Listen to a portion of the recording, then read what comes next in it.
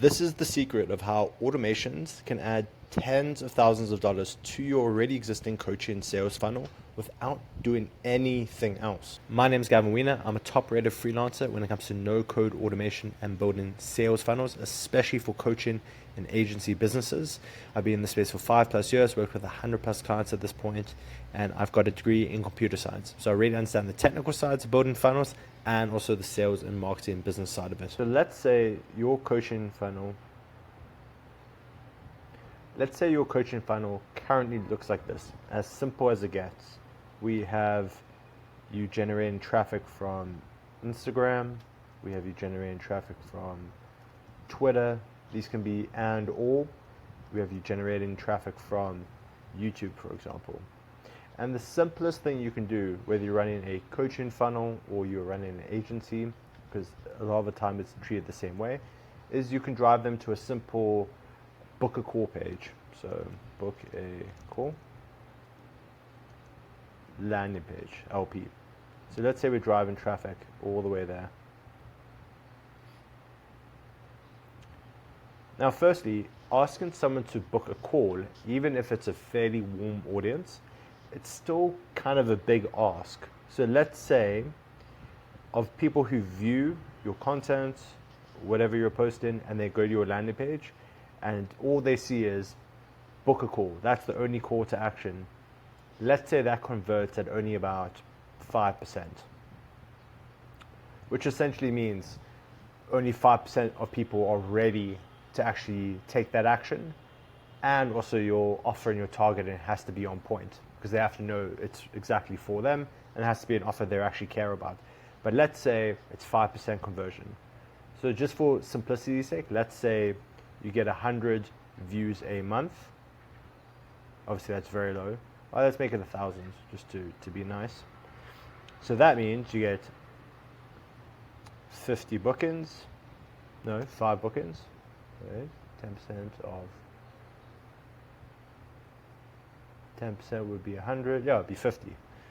It would be 50 bookings. And then let's say you convert on your sales call, and then they go to the sales call, obviously. And let's say they convert at 25%. So you, actually let's say 20% just for ease sake. So that means you're getting 10 new clients a month. All right. So first things first, the question is, well, what do we do here? How do we get more out of what we're currently doing? So even before we start looking at automations, let's say we go optimize our landing page. We add a bit more trust, we add a bit more authority, we add case studies, like we pump that up quite a bit. And let's say we increase that to 7.5%. Obviously that's quite a big jump, because on paper that's actually a 50% jump. But yeah, that means you literally go up to 75 bookings for the month. And what is 20 of 75? 20% of 75? 15. So now you've gone up to 15 clients. And let's say each client is worth $1,000. So you literally just gone from $10,000 a month to $15,000 a month. That's pretty sweet. And you haven't done anything else. You haven't changed the amount of traffic you're getting. You haven't even changed how good you are at sales. So you can really see there's all these different variables along the way that you can tweak things. Now, let's simplify, go back to 5% original. So our baseline was 5%. So now we're getting 50. Let's say originally, so OG, 10 new clients a month. Now this is where automation starts to come in. So without even having the most optimized sales funnel right now, let's say all we do is just add in a couple of emails in between. So from when they book a call and to when they have the call, let's say they receive email 1, email 2, and email 3. Let's say that, okay. So we've got email 3. And boom, now they arrive at the sales call. Let's say just because of that, our OG close rate was 20%, I think I said. Now let's say, just because of that bit more trust, that bit more excitement, let's say it goes up to 25%. So increase to 25% because of the trust and authority we're building here. Now, before I go on further with the video, if you're already thinking, okay, that first funnel is good enough for me, I want help setting up these automations, these funnels, make sure I'm not letting anyone slip through the cracks, you can check a link in the description and you can book a call in with me. So again, we haven't changed the traffic, we haven't even changed our sales skills, we haven't changed the landing page. All we've done is added in an automation that nurtures these people before the sales call. So let's say now we got the 50 bookings. And again, I'm not considering show up rate here. In theory, not everyone's going to show up, but we're living in a perfect world here. There's a lot of variables. So let's say that goes up to 12.5 clients a month. Let's round down to 12 because realistically you can't have half a client. So now we've increased to 12 new clients. And that adds, let's say again, each client is $1,000. Well, we've literally just added $2,000 a month if this is a recurring service. And now we've added literally $24,000 a year. So that's a lot of people's salaries in some countries. Like in low income countries, that's significantly more than someone's salary. And even in some high income countries, that's still like an average person's salary. So literally, without changing anything, just add in an email nurturing sequence, we've literally added on another person's salary potentially for the year. And obviously that means you can then hire people. That means you can get them to do more manual stuff for you. It's like there's just so many knock-on effects when it comes to this thing. So, okay, here we've taken the most simple like funnel ever. Let's take it a little bit, let's get ready like in here now. Okay, so let's say we don't have this straight to call funnel anymore. Let's call it a VSL, an actual VSL funnel. So VSL funnel, which means they opt in. Okay, I'm gonna disconnect this here, disconnect that. Actually, no, that's fine. So disconnect that there, just make some space. Let's move these bad boys up. Okay, so we go opt-in, we go VSL training, and then we go book a call. So book a call. And then they got the sales call there. So now, because we've reduced the friction to actually take the next step of action, let's increase that opt-in rate to like 40%, which is not unrealistic for a very simple like opt-in funnel from warm traffic. Well, actually, let's be a bit more conservative. Let's say it's 30%. Okay, 30%.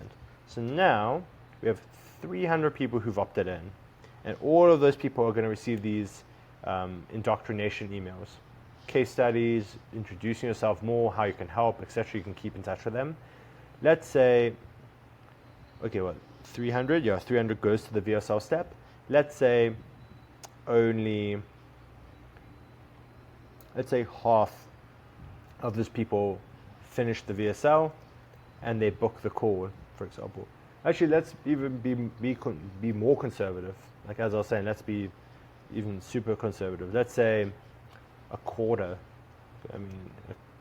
finished that, so divide by 4, 75 people complete the VSL training, and then they book the call. Then in a perfect world, everyone shows up, but everyone doesn't show up. But let's say again, your close rate stays exactly the same as before, but all you've done is captured more initial people, then still a smaller bunch get through, and then a smaller bunch actually book. You are still going to increase your closes to 15 per month. So, okay, now we've already got 15 per month. So 15 new clients per month. Again, if that's a recurring service at $1,000 a month, we just added on $60,000 to your business a year. Pretty sweet. So we've probably taken you over 6 figures down. Now, you can see here, every step of this funnel, there's things that we can tweak. So without changing anything down here, if we just make that landing page better or the targeting better and we increase that to 35%, everything knocks on. All these numbers go up, close more clients. Let's say we increase our sales ability. So we're getting a lot more reps on sales. We're closing even better. Our new clients go up per month. Let's say we now also all these people that we missed out that opted in. So let's say only 300 opted in and only 75 finished the VSL. Now we have 225 people going into our nurturing sequence. And let's say 10% of those convert, they get to the end and decide to book a call. And we convert an additional, we book in an additional tiny percentage, let's say 10%, as I was saying. So we book an additional, I'm just rounding down for simplicity, 22 calls. Now we've closed an extra 5 clients a month if it's a 20% close rate, or 4 clients a month.